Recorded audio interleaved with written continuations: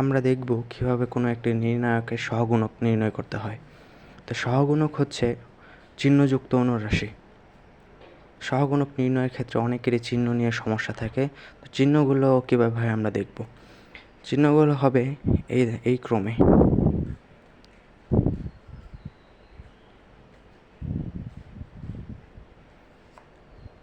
অর্থাৎ এর জন্য সহগুণক নির্ণয়ের সময় প্লাস, বি এর জন্য সহগুণক নির্ণয়ের সময় মাইনাস, সি এর জন্য আবার প্লাস, এভাবে পর্যায়ক্রমে চলবে।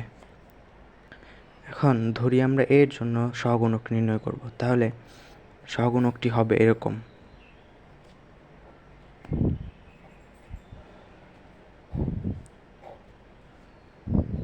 আবার যদি আমরা ডির জন্য চাই তাহলে হবে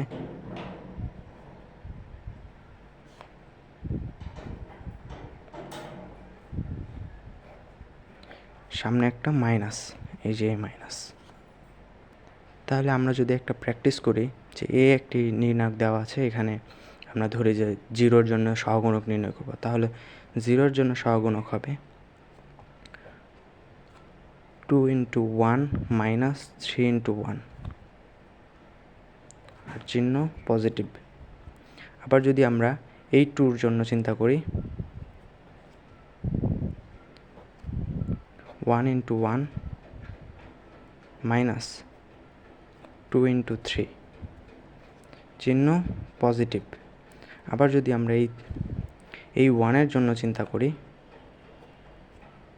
চিহ্ন প্লাস মাইনাস নেগেটিভ হবে।